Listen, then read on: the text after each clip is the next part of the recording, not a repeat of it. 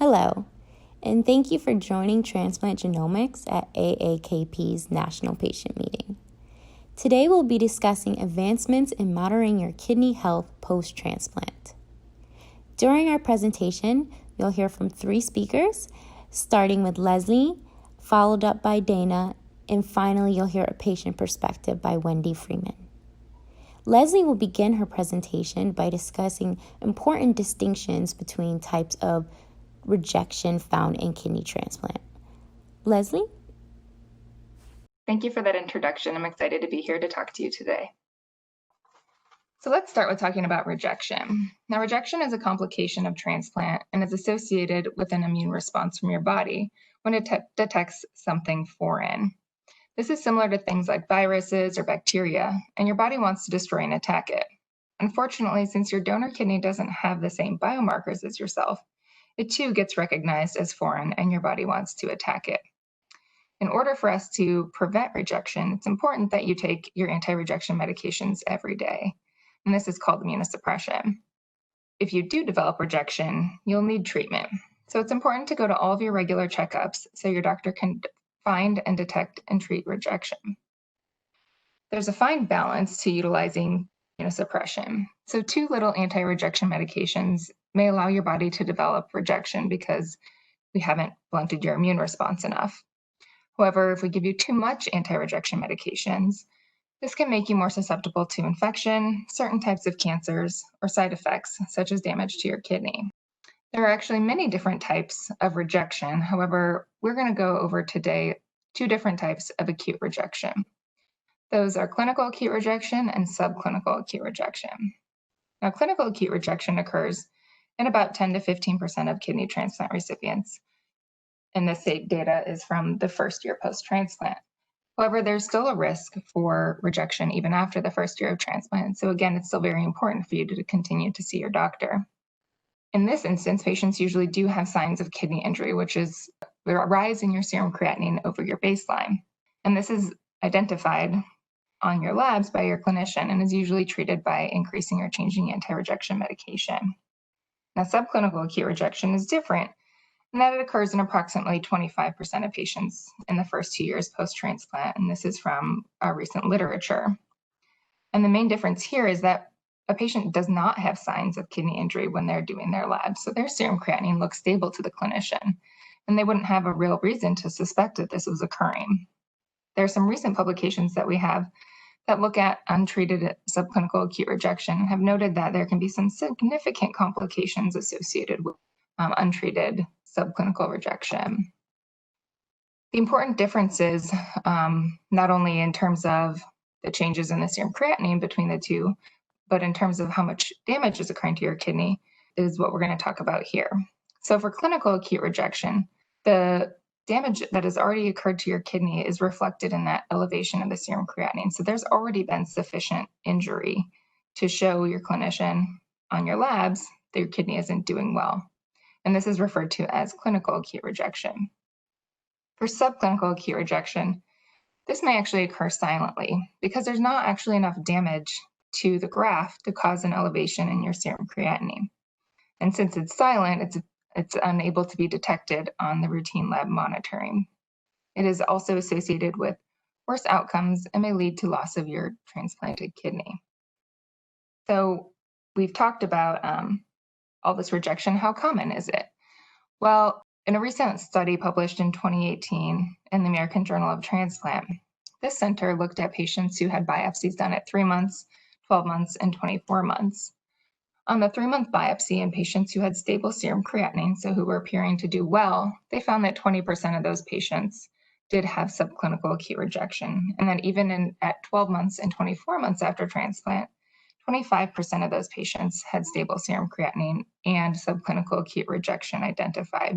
So 1 in 4 patients may have subclinical acute rejection that is only identified by looking at biopsy. Now, subclinical acute rejection can lead to some significant complications, and we've had multiple studies looking at this and have identified there are worse graft outcomes. This can be related to smoldering subclinical acute rejection that isn't identified right away in these patients, and that over time, that smoldering can cause chronic rejection interstitial fibrosis, and tubular atrophy. And ultimately, all of this may lead to some loss of function of your kidney transplant.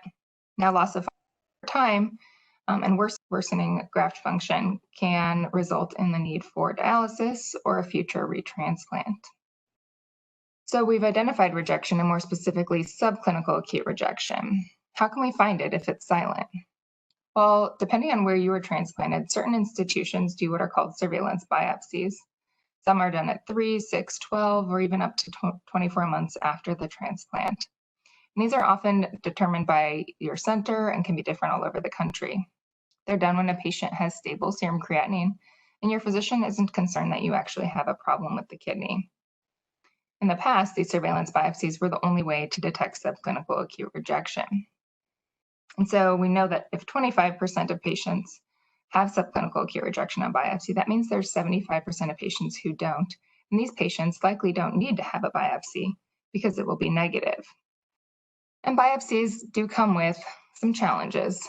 They can be invasive. Well, they are invasive, we know that. They're risky, although the complication rate is low, it's not quite zero. So there are some risks associated. We know they're expensive, can be logistically challenging, not only for the institution, but also for you as a patient. Maybe having to take a day off of work, spending multiple hours at the hospital, coordinating childcare, coordinating family care, and that they're painful and discomforting. It's known that only 30% of patients are actually receiving a surveillance biopsy in the community. And so this means that there's about 70% of patients who are never even being monitored for the presence of subclinical rejection and who then are at risk for these worse outcomes associated with ongoing or smoldering subclinical rejection. But how can we monitor a patient for this subclinical rejection without a surveillance biopsy? Fortunately, now we do have an alternative to surveillance biopsy, and that's the new biomarker TrueGraph. TrueGraph is the only non-invasive biomarker that was specifically designed and actually clinically tested to rule out subclinical rejection.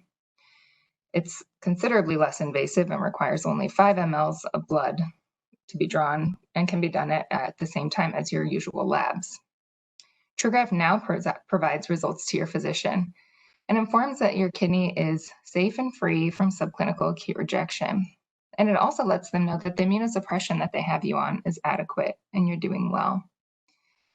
The test can then be performed at any time you have stable renal function, and this can be done to rule out any subclinical rejection or worry about it without even needing a biopsy. It's great that TrueGraph now can provide you and your clinician with some peace of mind, knowing that your transplanted kidney is free of that subclinical rejection. And so in summary, we know that rejection is an important complication that may occur after kidney transplant, and we need to be vigilant in looking for it and identifying and treating.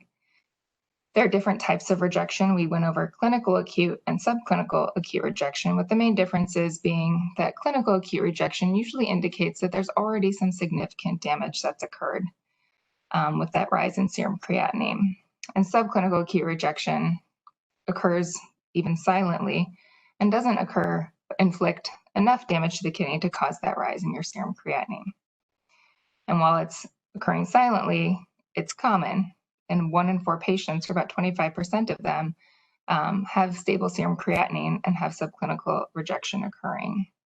And this is up to 24 months after transplant per our literature.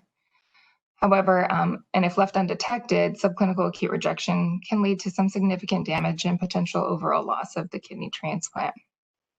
In the past, our surveillance biopsies were the only way to detect subclinical rejection, but now we have a new and novel biomarker, TrueGraph, that can be utilized to do the same thing and rule out that subclinical acute rejection. Thank you for your time, and we'll be moving on. Thank you, Leslie. Next, you'll hear from Dana, who will be discussing our mobile phlebotomy service, Labs at Home. Hello, my name is Dana Soretta. I am the Customer Service and Sales Ops Manager at Transplant Genomics, and I am here to talk to you about our Labs at Home program. Our Labs at Home service allows your qualified phlebotomist. The results of these tests can help your doctor in making critical decisions about your kidney health. Our Labs at Home service allows your doctor to order your regular transplant-related testing and TrueGraph or track. The labs at home blood draw is performed by a qualified phlebotomist who will wear gloves and masks for your mutual safety. The results of these tests can help your doctor in making critical decisions about your kidney health. Labs at home tests include TrueGraph blood gene expression, track, CBC, renal function panel, urinalysis, TAC levels, hepatic function panel, HCV PCR quant, BK PCR quant serum, BK urine, basic metabolic panels, and a random protein creatinine urine test. How Labs at Home works. Step 1, sign up. You can sign up online using our online form. Click patient or caregiver. Step 2, we will contact your transplant center to see if Labs at Home is right for you. Then we can schedule your appointment. Step 3 is your in-home draw. A mobile phlebotomist will come to your home for your blood draw. Step 4 is your results. Your doctor will share your results with you. How can Labs at Home benefit you during COVID-19? Focus on mitigating the spread of the disease to high-risk patients, a worry-free way to ensure that you are getting necessary tests prescribed by your doctor. Blood draws are provided by qualified professionals, which is greatly appreciated by our patients. Where can you learn more about Labs at Home? You can learn more about Labs at Home by visiting our website, learnmore.truegraph.com/home-testing-options. Thank you. Our final presenter today is Wendy, who will be discussing her kidney transplant journey. Thank you. I'm Wendy Freeman, and I will be sharing my journey as a kidney transplant patient. So for my kidney transplant story, I've actually had 2 kidney transplants. The first transplant that I had was in September of 2016, and that transplant was a living donor transplant donated by my son. The surgery was a successful surgery, and my kidney function developed immediately, so everything went really well. The surgery occurred on a Thursday, and as it came closer to the weekend, I developed symptoms of high blood pressure, and as the weekend went on, my urinating significantly reduced. The doctors decided to go ahead and do different tests so they can try to determine what was causing the urine to stop producing, as well as the high blood pressure. So they did CT scans, they did ultrasounds, and everything was actually coming back normal.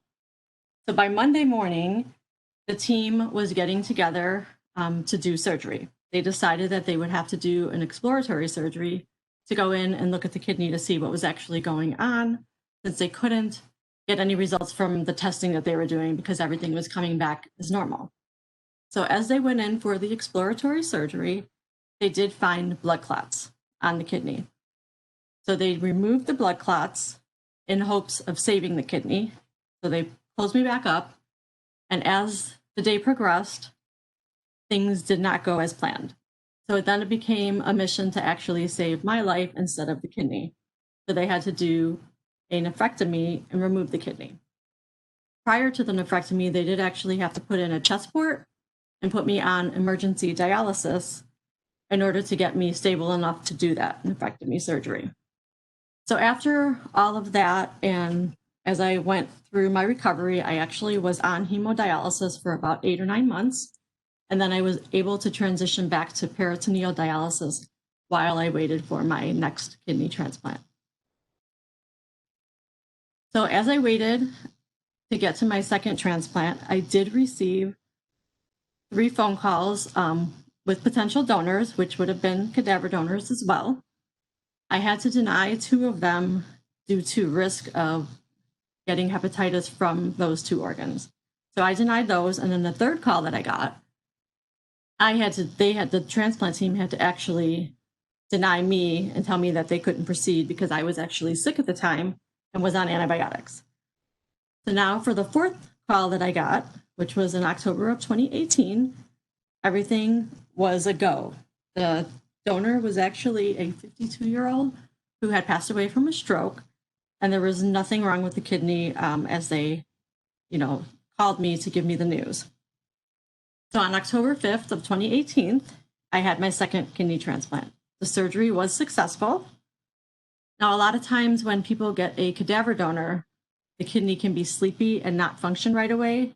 And sometimes patients actually have to go back on dialysis for a little bit. I did not have to go on dialysis. I was fortunate enough that while the kidney was not fully functioning at first, it progressed within a week and a half to 2 weeks, and then everything was okay. So I was able to skip dialysis and did not have to wake the kidney that way. So everything was successful. And as I continued my recovery at home, a couple of months later, so in December, early December actually, I developed what's called a seroma. And it's basically a pocket of fluid or blood clots, blood around the kidney.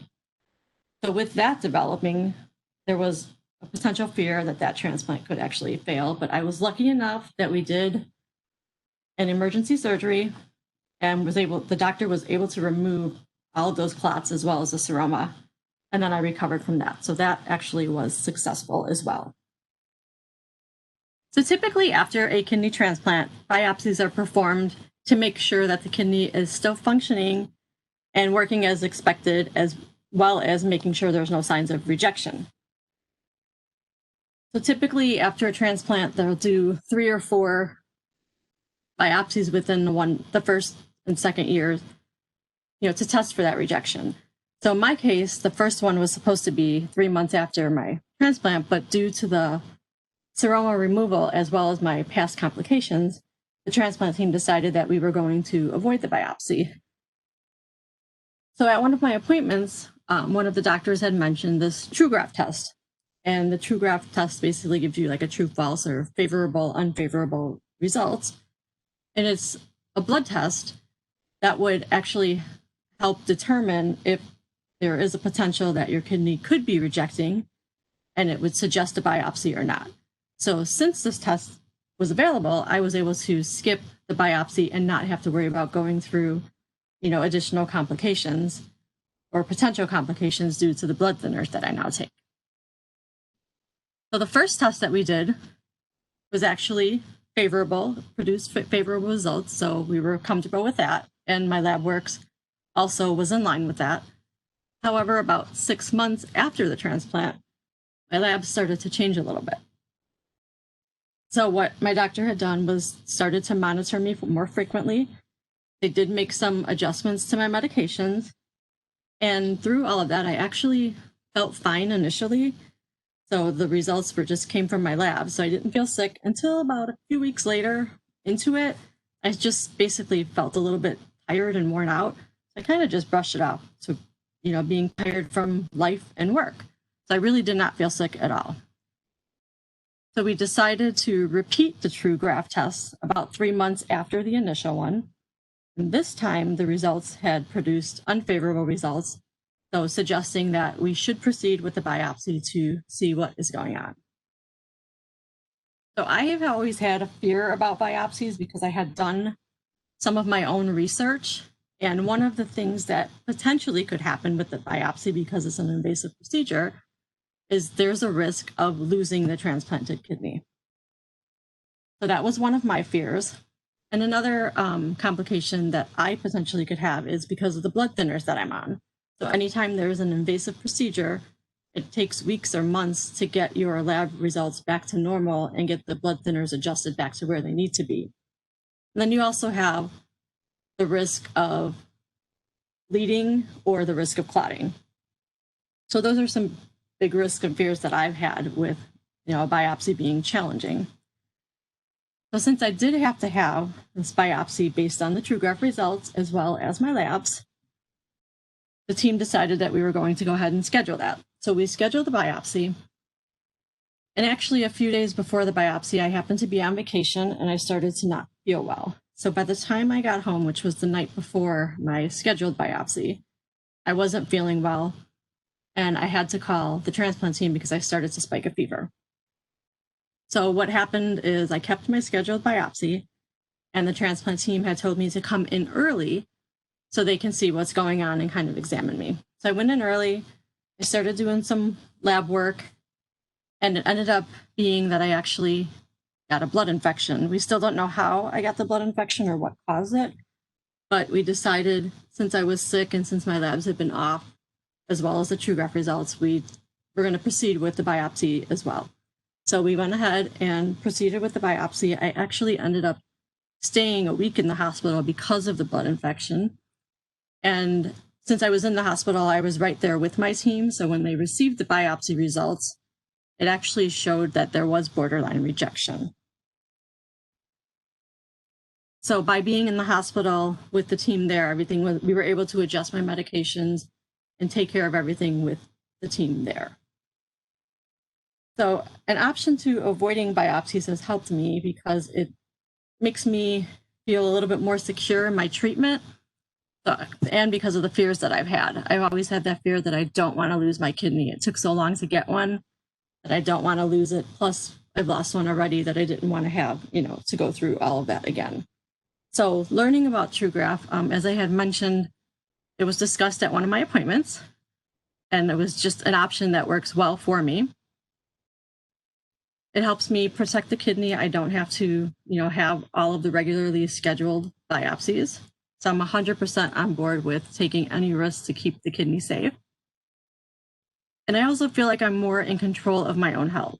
It's a significant relief that I've only had to have one biopsy, and I'm coming up on my 2-year anniversary this October. So I've also had to have repeat TrueGraf tests. So just to make sure that everything is still functioning and working well. So I was supposed to have a TrueGraf test in May. However, due to COVID, we had to actually push that out. So I didn't end up having the TrueGraf test until July. So with my current TrueGraf results, I actually did get unfavorable results. So what we decided to do is, because we want to try to avoid doing a biopsy, we decided that we're going to actually repeat the TrueGraf test in October to see what the results produce. And then at that time, we're going to see if I actually do need to proceed with the biopsy or adjust my medications and go from there. So as of right now, I will have a repeat in October. I was able to cancel my upcoming biopsy that was scheduled for October because of it. And then once we get the results from the next TrueGraf, we will go ahead and decide if I need to actually have a biopsy or have my medications adjusted at that point. So thank you for your time and for letting me share my story.